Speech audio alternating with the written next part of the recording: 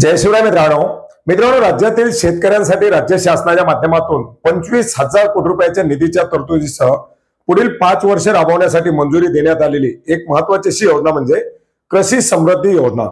मित्रांनो, नेमकी ही योजना कशा प्रकारे राबवली जाणार आहे, याची गरज काय, याची उद्दिष्ट काय, खरंच याच्यातून शेतकऱ्यांना फायदा होईल का, फायदा झाला तर शेतकऱ्यांना काय फायदा होऊ शकतो, ही या योजनेची अंमलबजावणी कशा प्रकारे केली जाणार आहे, याच्या संदर्भातील सविस्तर अशी माहिती आजच्या व्हिडिओच्या माध्यमातून जाणून घेण्याचा प्रयत्न करणार आहोत।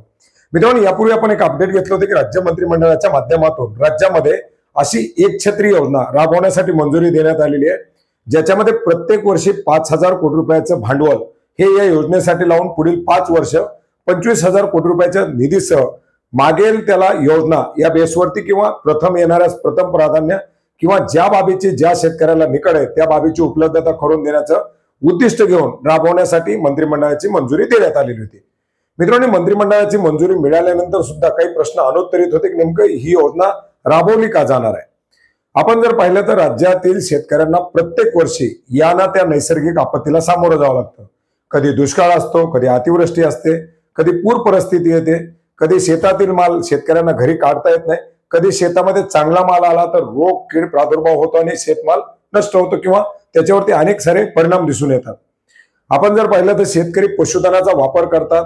ऐन हंगामामध्ये एखादं जर पशुधन दगावलं तर शेतकऱ्याला त्या हंगामामध्ये मोठा नुकसान सहन करावं लागतं। अशा अनेक बाबी, अशा अनेक आपत्ती शेतकऱ्यांसमोर आवासून उभ्या असतात आणि अशाच या शेतकऱ्यांना नैसर्गिक आपत्तीला सामोरं जात असताना जर पायाभूत सुविधांची निर्मिती करून दिली तर त्या शेतकऱ्यांना दिलासा मिळू शकतो। उदाहरणार्थ कृषी यांत्रिकरणाची उपलब्धता झाली तर शेतकरी काहीसे निर्भर होऊ शकतात।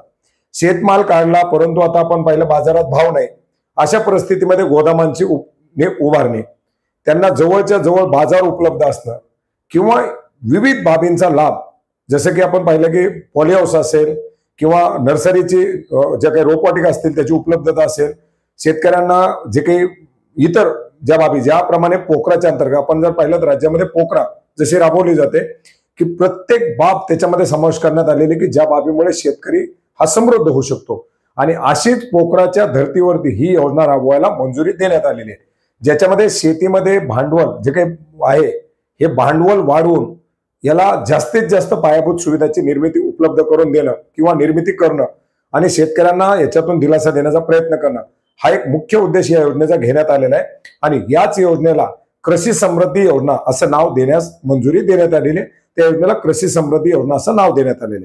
आता बरेच जण म्हणतील की याचं काय गरज आहे, राज्यामध्ये ते बऱ्याच योजना राबवल्या।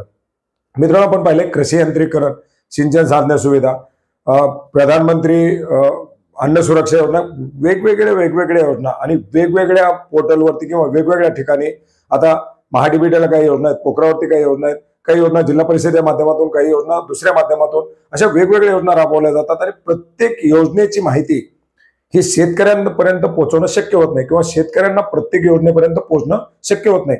प्रत्येक बाबीचा लाभ घेणं असेल किंवा प्रत्येक बाबीबद्दल माहिती घेणं हेही शक्य नाही।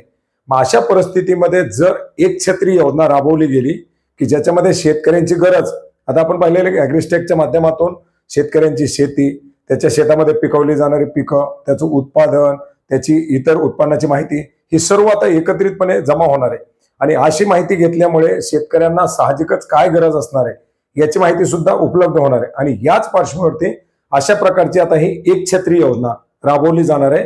कारण आपण जर पाहिलं तर पोखरा ही योजना अतिशय नाविन्यपूर्ण योजना आहे। राज्यामध्ये आपण पाहिलं की 5,142 5,222 गावामध्ये पहिल्या टप्प्यामध्ये चांगलं काम पोखराच्या माध्यमातून झालेलं आहे। बऱ्याच गावामध्ये तर पोखरा संपेपर्यंत सुद्धा त्या लोकांना पोखराबद्दलची माहिती झाली नाही, अशी काही गावं राहिली। आता नवीन याच्यामध्ये 7,000पेक्षा जास्त गावांचा समावेश करण्यात आलेला आहे, नवीन जिल्हे, नवीन तालुके। परंतु पोखराच्या अंतर्गत असलेली गावं आणि इतर गावं या गावांमध्ये भरपूर सारा फरक दिसून येत आहे। मग पोखराच्या अंतर्गत जशा बाबींचा लाभ मिळतो तशाच या सर्व बाबींचा, सर्व पायाभूत सुविधांचा लाभ राज्यातील सर्वच शेतकऱ्यांना, सर्वच गावांना मिळावा याच्यासाठी प्रयत्न आता या कृषी समृद्धी योजनेच्या अंतर्गत केला जाणार आहे। मित्रांनो, तर याच्याबद्दल तुम्ही म्हणाल की मग आता ही योजना राबवली कशी जाणार, तुम्ही सांगता हे मिळणार ते मिळणार वगैरे वगैरे। आता ही योजना राबवली कशी जावी, याच्या अंतर्गत मार्गदर्शक सूचना काय निर्गमित कराव्यात, आता पोखराच्या अंतर्गत महाडीबीटी अर्ज कसे केले जाणार, 12 भानगडीत, कारण याच्यावरती हे पोर्टल ते पोर्टल शेतकरी तर याच्यामध्येच हैराण झालेले आहेत। मित्रांनो, याच्यासाठी एक उच्चस्तरीय समिती गठीत करण्यात आलेली आहे, जी समिती 15 दिवसामध्ये आपला अहवाल सादर करेल। याच्यामध्ये पोखराचे जे काही प्रकल्प संचालक असतील हे या समितीचे अध्यक्ष असतील, त्यांच्यासोबत बरेच मोठे अधिकारी असणार आहेत।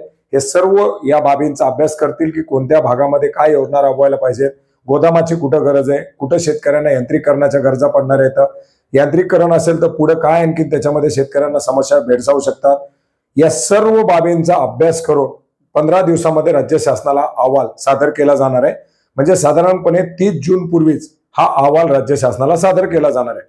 आता ही योजना ताबडतोब राबवली जाईल का? तर नाही मित्रांनो, ज्या योजना सध्या राबवल्या जातात, जसे राज्य पुरस्कृत कृषी यांत्रिकीकरण, केंद्र पुरस्कृत कृषी यांत्रिकीकरण, सिंचन साधने सुविधा, त्याच्यासाठी मुख्यमंत्री जे कृषी शाश्वत सिंचन योजना किंवा बऱ्याच वेगवेगळ्या योजनाला 100 कोटी, 40 कोटी, 50 कोटी, 200 कोटी, 10 कोटी, 20 कोटी अशा वेगवेगळ्या मंजुऱ्या दिलेल्या आहेत। या योजनेच्या अंतर्गत उपलब्ध असलेले निधी ह्या येत्या पावसाळी अधिवेशनापर्यंत वापरले जातील। त्याच्या अंतर्गत जे शेतकरी आता मागेल त्या बेसवरती महाडीबीटीवरती अर्ज करतात त्यांना ते लाभ दिले जातील। पोखरावरती जे अर्ज करतील त्यांना पोखराच्या अंतर्गत लाभ दिले जातील। परंतु पोखराचे अर्ज तोपर्यंत चालूच करतील का, हा एक प्रश्नचिन्ह आहे आणि तशा प्रकारे अर्ज सुरू केले जाणार नाहीत, अशा प्रकारचे एक अपडेट समोर आलेले। आता जर हे एकत्रितपणे जर चालू केलं तर यापूर्वी सुद्धा आपण कृषी मंत्र्यांचं एक वक्तव्य पाहिलं होतं की एकाच पोर्टलवरती फार्मर ऍपच्या माध्यमातून एक खिडकी, एक वेब पोर्टल, त्या माध्यमातून कुठल्याही योजनेचा लाभ असो शेतकऱ्यांना एकच पोर्टल करण्याचा त्यांचा तो मानस होता। आणि अशाच प्रकारचा या समितीचा अहवाल आल्यानंतर ते पोर्टल किंवा ते ऍप्लिकेशन येण्याची शक्यता आहे, ज्याच्या माध्यमातून सर्व योजनांचे अर्ज हे या ठिकाणी होतील। आता 5,000 कोटी रुपयाच्या निधीची तरतूद ही बजेटमध्ये करण्यात आलेली नाही, परंतु येत्या पावसाळी अधिवेशनापूर्वी याचा अहवाल सादर केल्यानंतर शेतकऱ्यांसाठी राबवली जाणारी ही योजना आणि याच्यासाठी 5,000 कोटी रुपयाची तरतूद ही पहिल्या वर्षासाठी केली जाण्याची शक्यता आहे। आणि त्याच्या संदर्भातील आता पुढचे जे काही अपडेट येतील ते अपडेट आपण वेळोवेळी जाणून घेऊया। आता हा अहवाल 30 जून पर्यंत सादर केला जाईल। 28 तारीख याची देण्यात आलेली आहे। 28 जून पूर्वीच हा अहवाल शासनाला सादर करायचा आहे। हा अहवाल कशा प्रकारे सादर केला जातोय, याच्यातून नेमक्या पुढे काय काय मागण्या केल्या जातात, कारण आता याच्यामधून पुढे अंमलबजावणीची प्रक्रिया असेल, त्याच्यासाठी आवश्यक असणाऱ्या मार्गदर्शक सूचना असतील, याच्या अंमलबजावणीचे जे काही प्रक्रिया, जबाबदाऱ्या, कार्य, कर्तव्य हे सगळे निश्चित केले जातील। आणि याच्या माध्यमातून हा अहवाल समोर आल्यानंतर ही योजना नेमकी कशी राबवली जाते हे या ठिकाणी आपल्याला समजणार आहे। परंतु मित्रांनो, सध्याच्या घडीला आपण पाहतो की बरेच जण या ठिकाणी कमेंट करतात की अमुक योजना आली त्याच्यामध्ये भ्रष्टाचार, तमुक योजना आली शेतकऱ्यांपर्यंत पोहोचत नाही। शेतकऱ्यांपर्यंत योजना पोहोचवणं हे अतिशय अवघड काम आहे, कारण तुम्ही एखाद्या योजनेचा जर GR बद्दल माहिती सांगितलं तर लोक विचारतात अर्ज कसा भरायचा, अर्ज कसा भरायचा सांगितलं म्हणतात अनुदान किती मिळणार, अनुदान किती मिळणार असं सांगितलं तर अनुदान मिळतच नाही म्हणतात। म्हणजे लोकांपर्यंत पोहोचवणं हे एक चिकिरीचं काम आहे। आणि हे जर एक छत्री जर झालं आणि एका ठिकाणी जर आलं तर शेतकरी साहजिकच त्याच्याजवळ आणले जाऊ शकतात आणि साहजिकच शेतकऱ्यांसाठी या ज्या काही पायाभूत सुविधा आहेत त्या सुविधांची निर्मिती केली जाऊ शकते। आशा करूयात लवकरात लवकर या योजनेचा अहवाल सादर करावा आणि या योजनेची अंमलबजावणी राज्यामध्ये करून शेतकऱ्यांसाठी गरजेची असलेली योजना राबवली जावी। धन्यवाद।